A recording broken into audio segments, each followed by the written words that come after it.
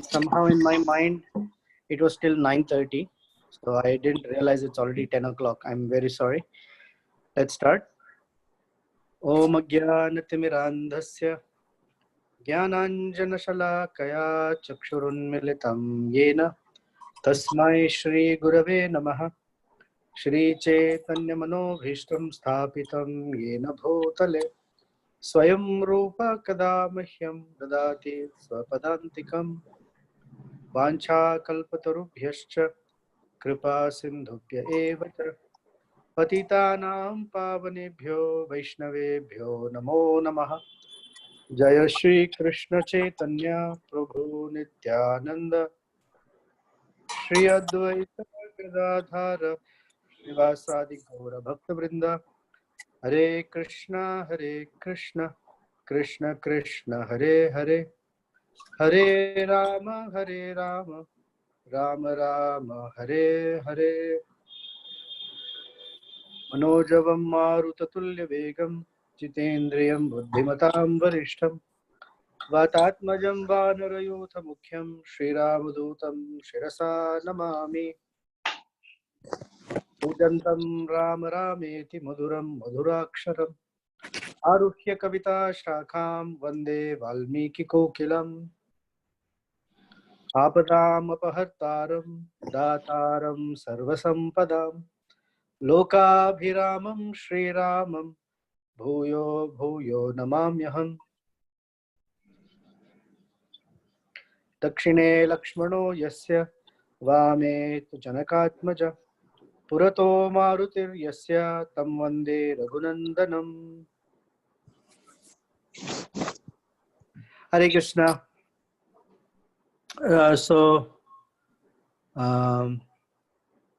Hare Krishna, Prabhu, could you change the orientation of your phone? It's like this. You want it this way? Perfect. Thank you. Okay.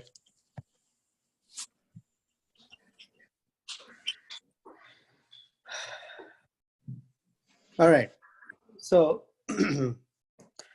Lord Ramachandra, Lakshmana Dev, along with Vishwamitra and the sages, are at the banks of the Shona River, and they take rest at night. Hearing stories like this late into the night will mean they will not get enough rest. So they sleep there for the night on the banks of the river. And next morning, they wake up and they are going along the banks of the Shona River towards the Ganges River. And there is a point where we hear one very simple exchange between Lord Ramachandra and Vishwamitra.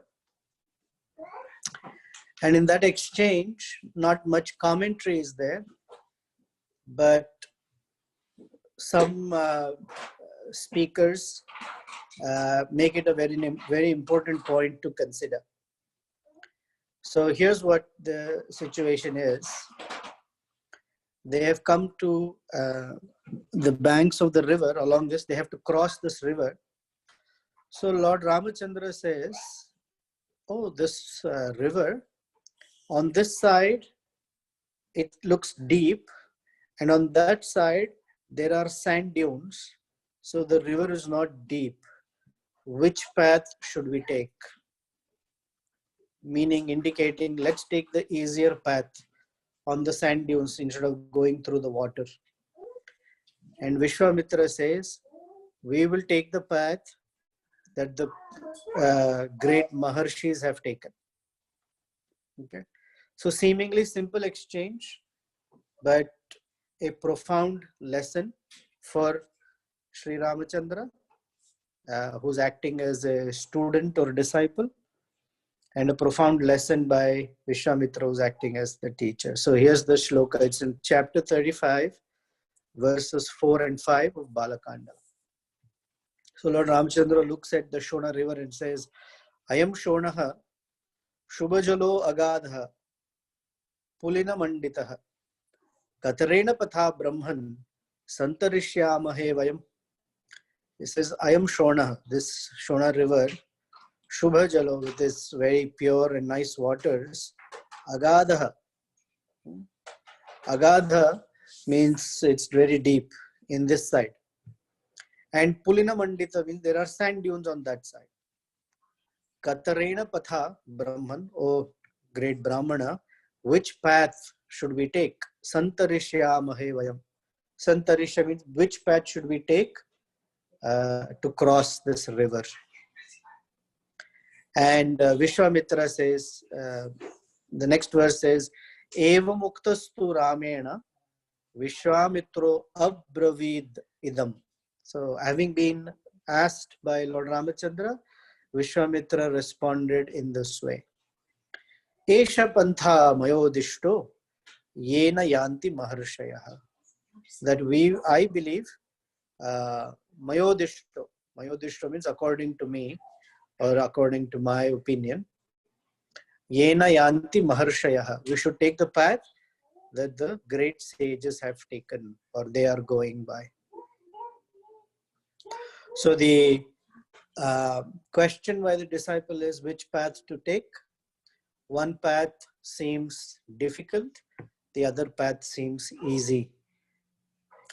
And Vishwamitra says, we'll take the path that the sages have taken. So I'm repeating this the third time. Why?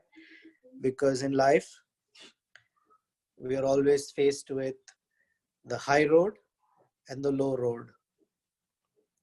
The high road is the difficult road. The low road is the easy road.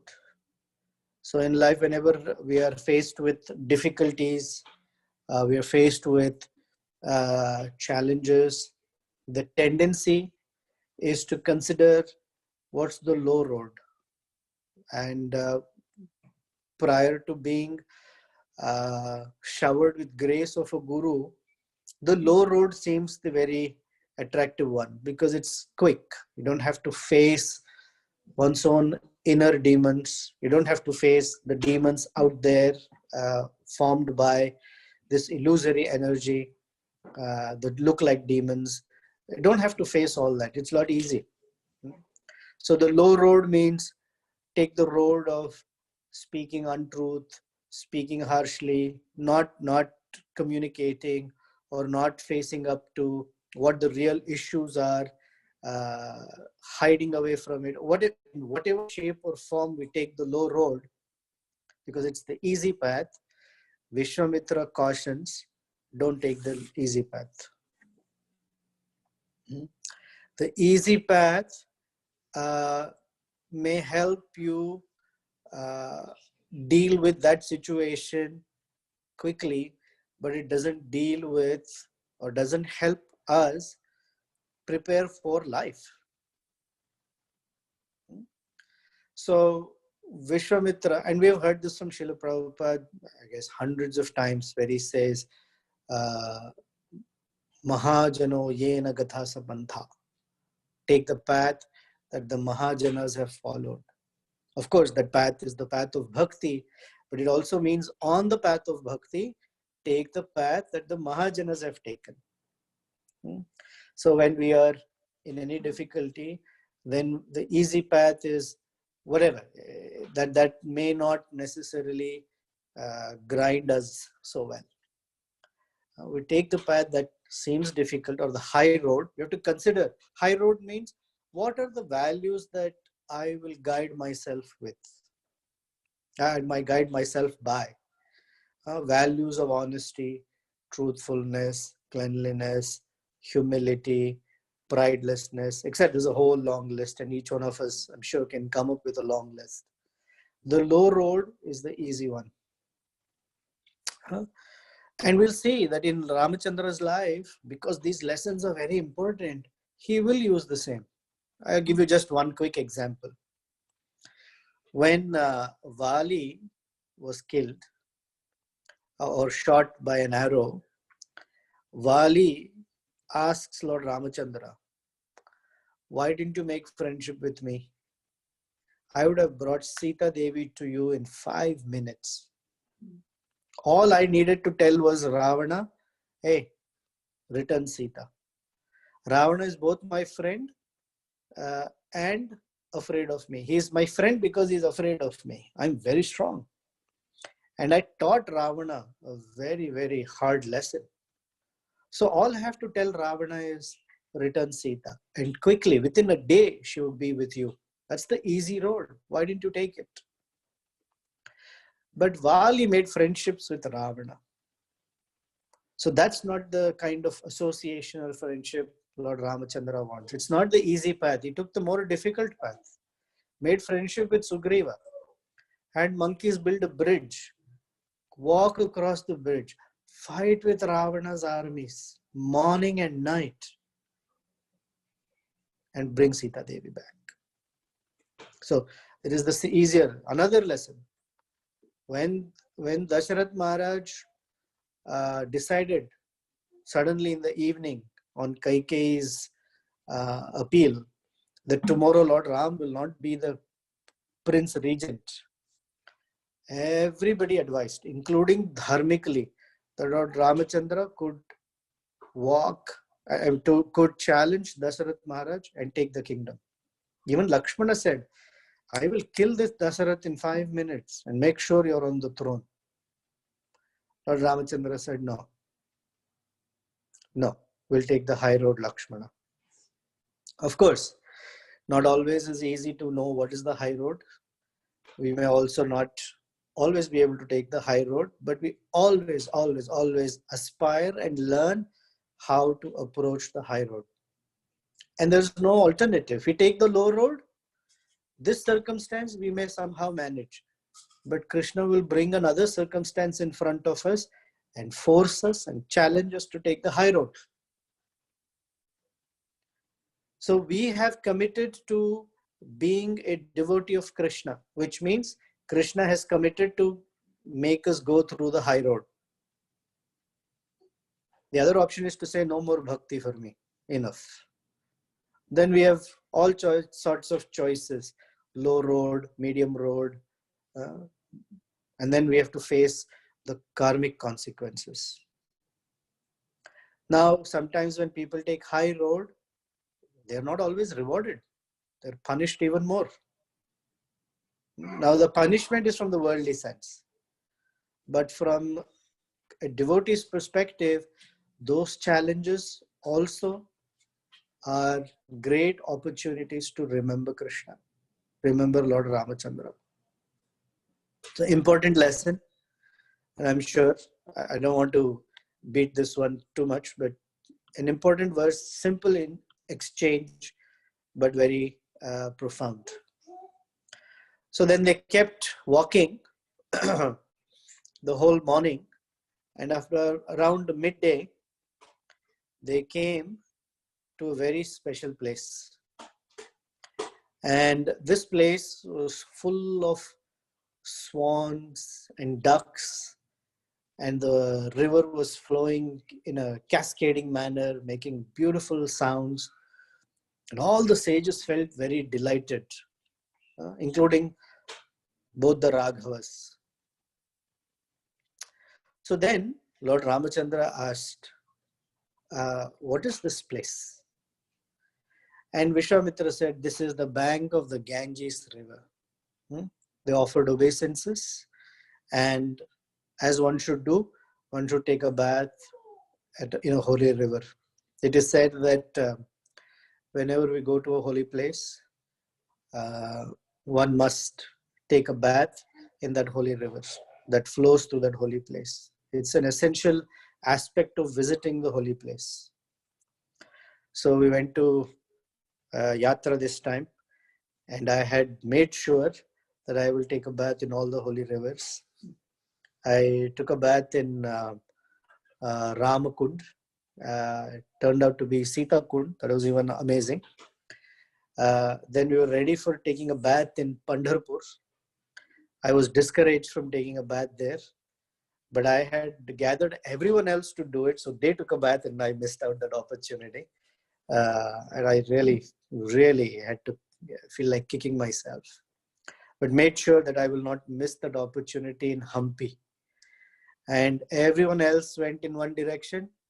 A few of us went in a complete different direction, and we were desperate to take bath in that holy river. We tried in different places. We were not allowed. We found another place where no one was watching. We thought we'll take a quick dip. Luckily, someone shouted from the top and said, "Oh, don't enter the river. There are crocodiles there." So then we went to another safer place along the uh, river banks of Tungabhadra. I did not know. Only a couple of weeks ago, I came to know that the river Tungabhadra is actually a confluence of two rivers. Just a little north, I believe, the river Tunga and the river Bhadra meet together. And that's why she now becomes Tungabhadra. Oh, what a beautiful river. Anytime I'd get an opportunity to take a bath there, I will go back. Of course, Lord Ramachandra permitting.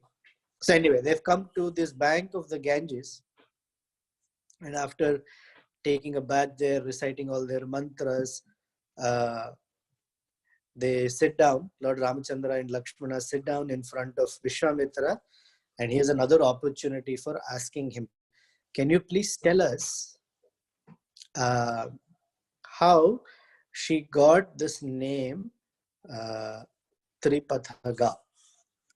Okay, so this is chapter 35, verse number 12. Bhagavan, so Lord Ramachandra and Lakshmana are addressing Vishwamitra as Bhagavan. I said, sorry, not Bhagavan, Bhagavan. Bhagavan, Shrotum Ichhami, very eager to hear. Gangam Tripadagam Nadim. This Ganga, she has another name called Tripathaga, the one who moves on three paths. Tripathaga. Trilokyam Kathamakramya Gata Nadanipatim. How did this river, who moves in three paths, come to the three worlds? Trilokyam Katham Akramya. And Gata, and how is she moving towards reaching the husband of all the rivers? Who's the husband of all the rivers? The ocean. That is why all the rivers go towards the ocean. So Nadanipatim means the ocean or the sea, which is the husband. So as soon as Vishwamitra was asked, he started narrating why Ganga is called Tripathaga. So Tripathaga has two different meanings. One, she is in the higher realms. Then she comes to the Devaloka. Then she comes to, from higher realm, she comes to Devaloka. From Devaloka, she comes to the earthly realm. And from the earthly realm, she goes downwards. So she covers all the three worlds. So she's called Tripathaga. Another meaning of Tripathaga is that from Lord Shiva's head, when Ganga was released, she came down as three streams. So another name is Tripathaga. So when Vishwamitra was asked, instead of just narrating the story, he gives the whole backstory. So I'm going to try, and in the next half hour, tell you the entire backstory of how the Ganges river came into play. Of course, I'm not going to narrate the story of how she came on the earthly realm yet, because the whole story of King Bhagirath and Jannavi is a long story, and I want to take the time narrating it.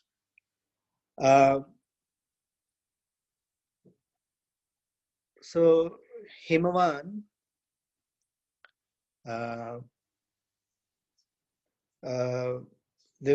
when they say Himavan is also Mount Meru, had a daughter by the name Mount Meru. Sorry, I take back my words. Mount Meru had a daughter by the name Mena. And this Mena was married to Himavan. Okay. And so Himavan and Mena had two daughters. One's name was Uma, and the second name was Ganga. Okay.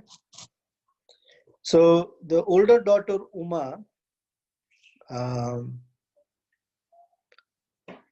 had to be married to Lord Shiva.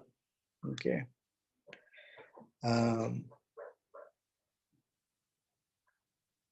What happened is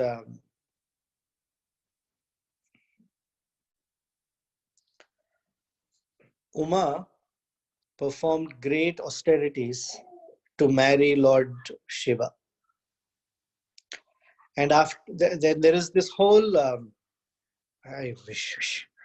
there's this whole story written by Kalidas.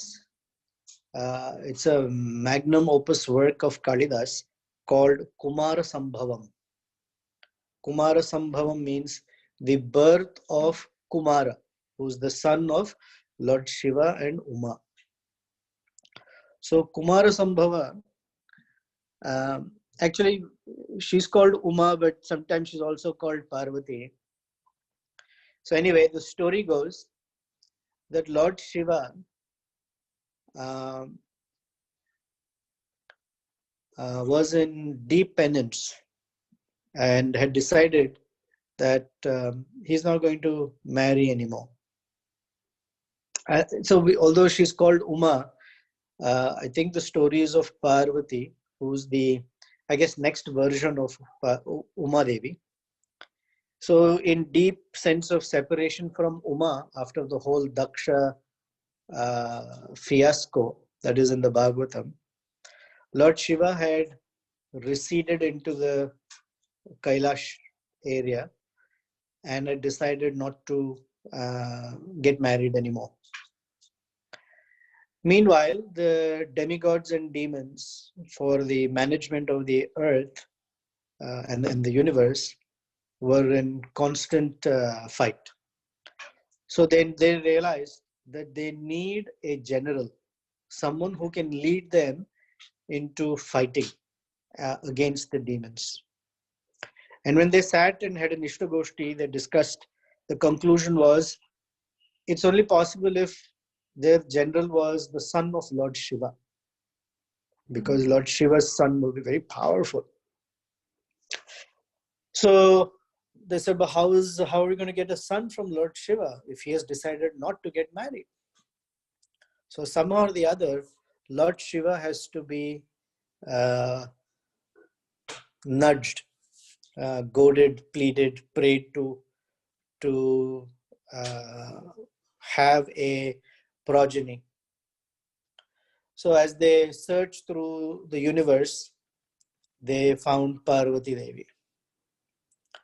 Now, for one of the concerns was Lord Shiva's semen, which they call as Teja, is very, very powerful. There is no personality, no woman in the entire creation who has the ability to hold that semen. So the discussion was, what should we do? So Agni Dev said, I will be able to manage by my own fiery potency. I'll be able to manage to preserve that semen. Now I'm going to miss a few details, but I hope that's okay, since we're covering the story faster. They deployed Parvati Devi to attract Lord Shiva. So we've heard the story from Prabhupada that Parvati Devi, as a young girl, was sent to meet Lord Shiva. So hoping that when Lord Shiva will open his eyes, he will see her, and Cupid or Kamadev, I shouldn't say Cupid because I have a very low opinion of Cupid, but Kamadev will shoot an arrow of love at Lord Shiva's heart. And by that sense of affection and attraction to Parvati, they will have a son. So when Parvati went and she tried to disturb Lord Shiva's meditation, Lord Shiva did not respond at all. He didn't even open his eyes. But she was standing right close to Lord Shiva, and according to plan, his name is Ratidev or Manmadha or Kamadev, shot an arrow at Lord Shiva. The arrow of lust or love, however you want to call it. But Lord Shiva was so deep in meditation that it annoyed him. Instead of opening his eyes, he opened his third eye. And through the third eye, burnt Kamadev immediately. And the burning of Kamadev was so intense that Kamadev lost his body. He didn't die. He lost his body. Actually, he died, and all the demigods then pleaded to Lord Shiva, no, please don't punish him. He came on our request. So Lord Shiva said, all right, he can move around here and there, unseen. Okay? Unseen by anybody. And therefore, his name, because he doesn't have a gross body, his name is Ananga. And therefore, when we chant our Gayatri, in the last Gayatri mantra, we call out to that Ananga, who became Pradyumna, the son of Krishna. Because love has to originate from Krishna. So Lord Shiva was not ready. So then the demigods requested, please, somehow or the other, with union with Parvati, we need for you to give us a son who can protect us. Then the question came of who will take care of the semen. Agni agreed. Then when the semen was released, Agni held it, but it was too difficult for him. Parvati Devi could not hold the semen herself, but it is because of her that the semen was released. So then there is a constellation of stars called the Kritikas. There are 6 of them. They agreed to somehow, there are some technicalities, I forget that one. Somehow they agreed to take and give that semen a womb so that it will grow into a boy. And because the Kritikas took care of Lord Shiva's semen, the boy got the name Kartikeya. And because he was born owing to Parvati's presence, he is called Kumara, the son of Parvati Devi. And there are many other names for him, and there are different stories of why he gets his name the way he gets his name. So he became the general of the demigods. Now, in this situation, what happened is Ganga Devi also wanted to marry Lord Shiva. But Parvati Devi had become upset with all the demigods that the semen was carried away by Agni and the Kritikas. So she cursed. She cursed all the demigods that you will never have children. And because there was some sibling rivalry, she was not too happy that Ganga was going to marry Lord Shiva.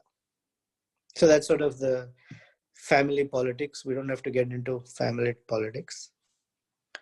But Ganga Devi also resides originally she's the waters of the Garbhodaka ocean. Not Garbhodaka, Garbha ocean.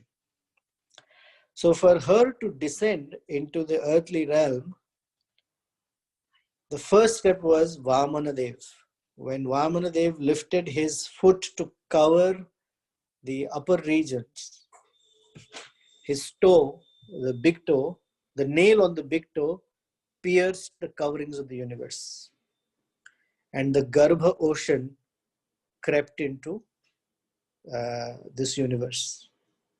And she is called Ganga. And she came into the heavenly realms.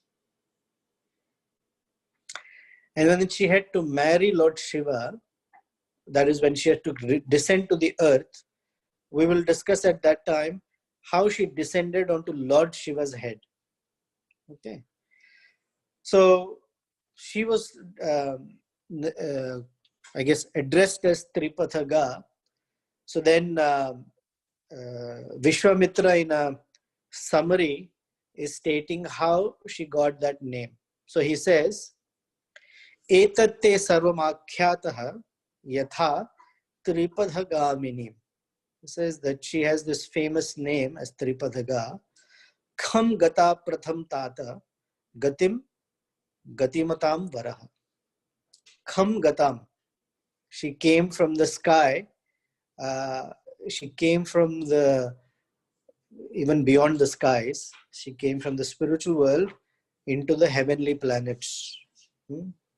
That is how she got her name as the first step of Tripathaga. All right.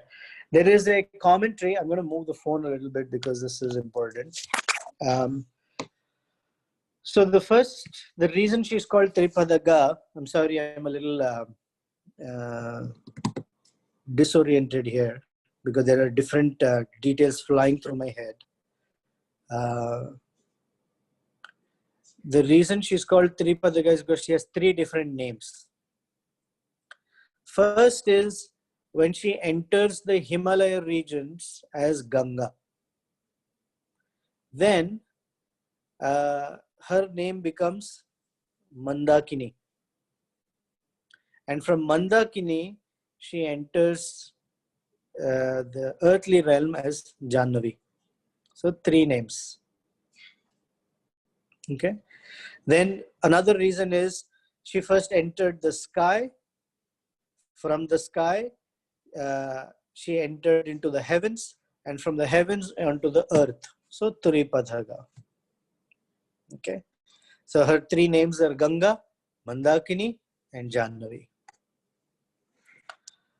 So that pretty much ends chapter 35. Before I get into the story of King Sagara and all that, I covered chapter 35 and 36 for you. I want to hear if there are any comments or questions.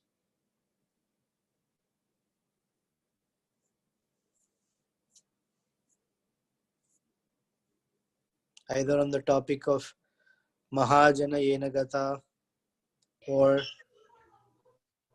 any other. Before I get into the other, I want to begin the story of King Sagara. So,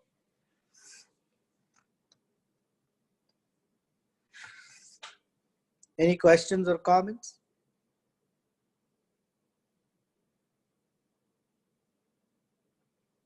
All right. Prabhu, I'm Yes. wondering if the name Shanmukha comes from the Kritika constellation because there are 6 of them. There are 6 of them, and this boy has 6 faces or 6 heads. He has 6 heads or 6 faces, and that's how he Shat Mukha. His name is Shanmukha.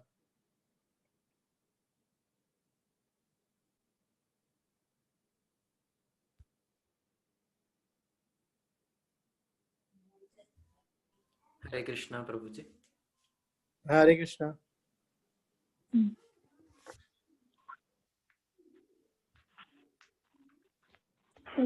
Prabhuji, I have one question. When Parvati Devi was sent to Lord Shiva, why did demigods not directly approach them and petition him instead of playing tricks? I mean, demigods are such elevated personalities, and yeah, they're they not know playing. straightforwardness. No, this is not trickery, or this is not, as we say in Sanskrit, chala. they have to approach a great person. Generally, there is some fear and reservation in approaching someone so great as Lord Shiva. Okay, so in the sense of etiquette, the reservation. For example, it is said, this is in principle. When we going to give two examples. When we want to approach Krishna with a request, we say to devotees, please pray for me. So that we know that more than my own prayers, someone else's appeal is stronger. When we want something from Lord Krishna, we approach Srimati Radharani. Please, can you please engage me in the service of Krishna? Can you please ask Krishna to give me some service to do? Similarly, Prabhupada says, if a father is strict and a child wants something, they will approach the mother. Can you talk to the father for me? Because it's Lord, so in that sense, they want a favor from Lord Shiva, so they approach the mother, the divine mother. Can you please, on our behalf, on our behest, make a request? Nothing wrong. It's not a trickery. It is very much appropriate to appeal to the divine mother. Lord Shiva is the divine father, so nothing wrong. In fact, it's correct. Sorry. All right. Any other comment, question?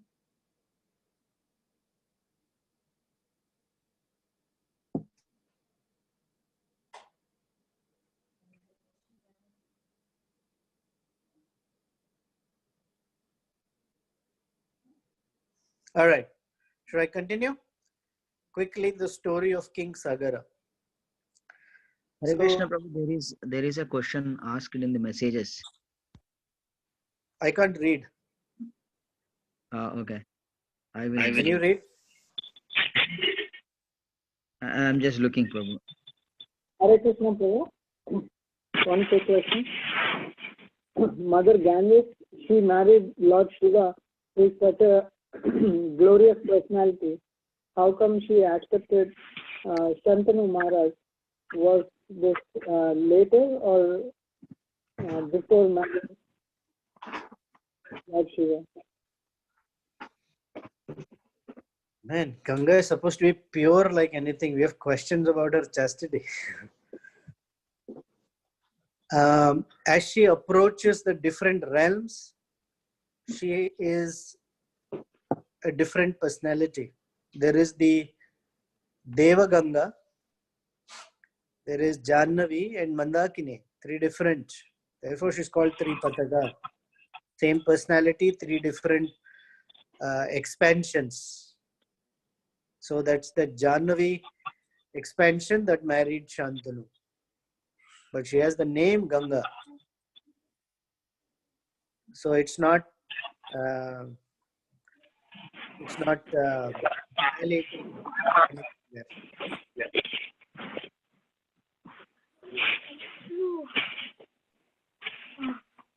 Thank you. All right. Paramatma, what's the question in? Yes, Prabhu. It is Gaur Sundar Prabhu was asking, is Skanda Purana narrated by Kartikeya? Is that Purana Satvik Purana, Prabhu? That is the question, Prabhu.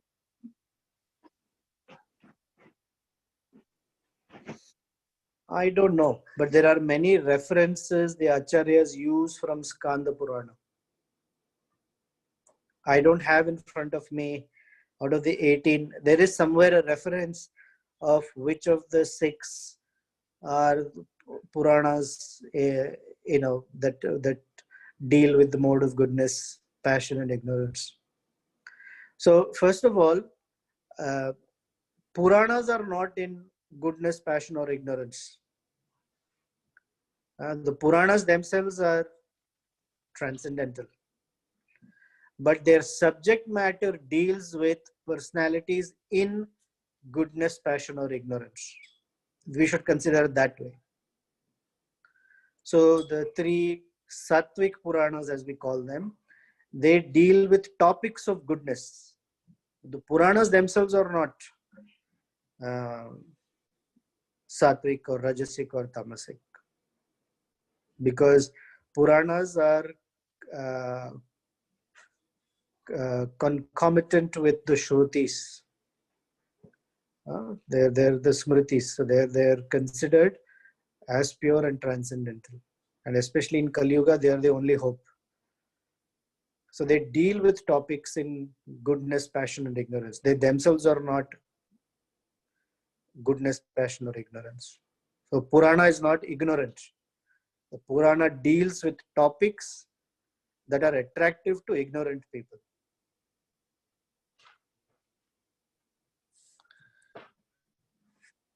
All right. Any other question, comments?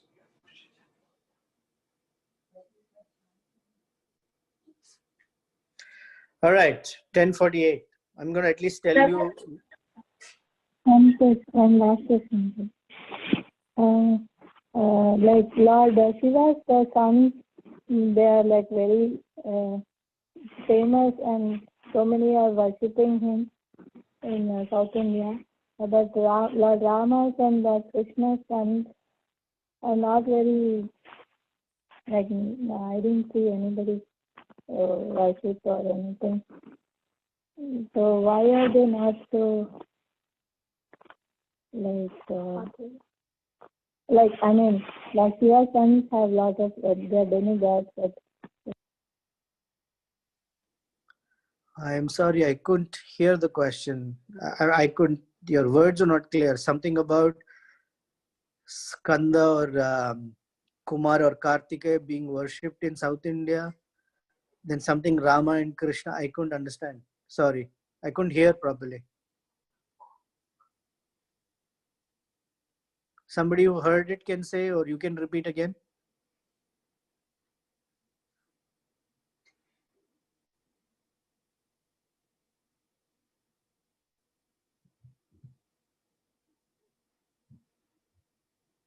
Hare Krishna. Okay, I guess you don't want to ask. Can you all hear me? Yes, Prabhu. Yes, Prabhuji. Okay, then can someone repeat that question that was asked? Something to the effect, why is Lord Shiva worshipped more in South India than Lord Rama or something like that? I understood it as why are Shiva's sons famous and not Lord Krishna or Lord Rama's sons? Famous? Oh, Yeah, why like is Kartika famous but not Abhimanyu, worshipped. Aniruddha, not Abhimanyu, Aniruddha, Pradyumna? Yes, yeah, that's what I like. People know more of Kartikeya that way, but not.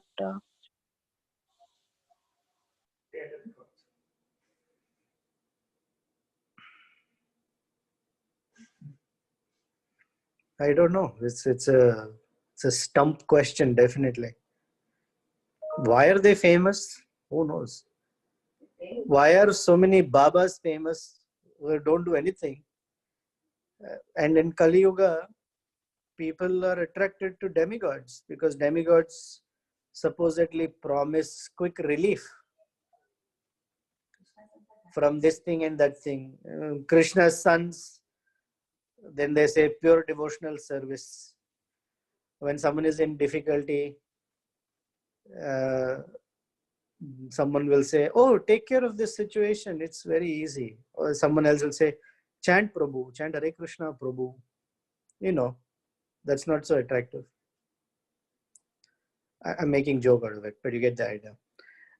Kamaiste hritaghyana prapadyante anya devata. So in general, demigods are very popular.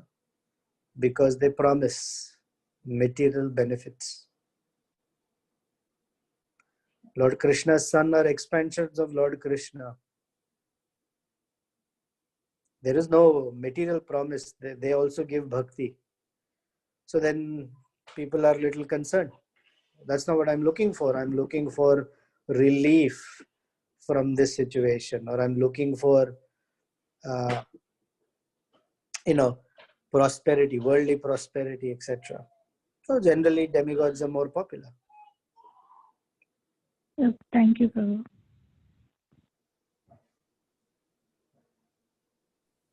There is a question in the chat box. It says, was Kanda Purana narrated by Kartikeya? I don't know Bhagavad Purana also properly.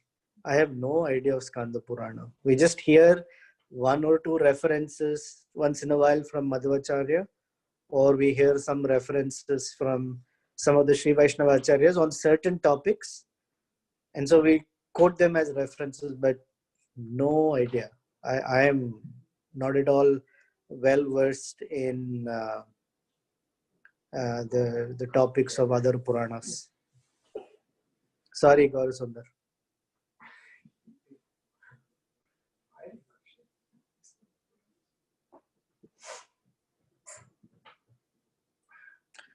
Okay, anything else?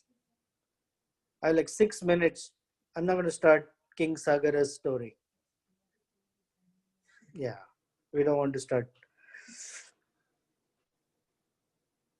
So, countdown. Final 1 or 2 questions, otherwise we'll wrap up early today.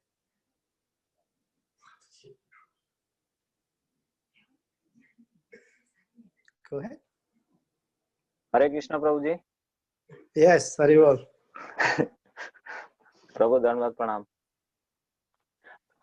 Hare Krishna. I don't know who it is, but Balram Prasad Prabhu. Haribol. Prabhu Shridhar Anand. Sridhar Anand. See, I have wrong advisors here. Go ahead, Sridhar Anand. Yeah. Prabhu, So I next heard time one you should not just say pranam and all that. You should ask the question with Haribo. Then I will know who it is. Prabhu, I heard one lecture that one time Vishnu Sahasranama, one is chanting one Vishnu Sahasranama fully is equal to chanting one Lord Rama's name, and 4 times chanting Lord Ram's name is equal to 1 time chanting Lord Krishna's name. It is true or not? Well, I don't know if it is true or not, but I can tell you the famous verse that that is often quoted. This is quoted by Lord Shiva. It's a very famous verse. So it is said that in Banaras, along the banks of the Ganges, Lord Shiva, who resides there as Kashi Vishwanath, he every day in the evening he visits the Smashan Ghat on the bank of the Ganges, and whoever has died or whoever is dying in that holy dham, he says that Lord, they are visited by Lord Shiva, and in their ears he chants the name of Lord Ram. So that famous verse is Shri Ram, Ram, Rameti. So 3 times. Rame, Rame, Manorame. Lord Shiva is talking to Parvati Devi. Oh Manorama, that one who recites the name of Rama 3 times. Rama, Rama, Rama iti. Sahasra Nama Tat Tulyam. It is equal to reciting 1000 names of Lord Vishnu. Rama Nama Varanane. Oh, beautiful faced Parvati Devi. My opinion is one who chants the name of Lord Ram 3 times. It is equivalent to chanting Sahasra Nama. Now, we don't put down the name of Vishnu because we have to put up the name of Lord Ram. It's not like that. They're the same personality. Mm. The potency of the name of that attracts the Lord is by these names of Rama and Krishna. Mm. Okay. And somewhere there is a verse, I don't know it right now, that 3 times chanting the name of Rama is chanting the name of Krishna once. So our material calculation should not say Krishna is 3 times more powerful than Lord Ramachandra, or Lord Ramachandra is only 1/3 as powerful as Krishna. Yeah. Not like that. That is our material calculation. So we're always looking for, tell me who's the best, and that's what I want. It's not like that, because then there is Sahasranam of Narasimhadev, there is Sahasranam of Krishna. Sahasranam is also there. But the point they're making is that the potencies are very, very strong. That is why they're all leading towards the appreciation of the Hare Krishna mantra. Some people say, I chant the Vishnu Sahasranama. Oh, great. Nothing wrong. The moods are different, in which one approaches the Supreme. So the Hare Krishna mantra has the mood by which one approaches the Lord with lot of intimacy. Not just respect and regard, but intimacy.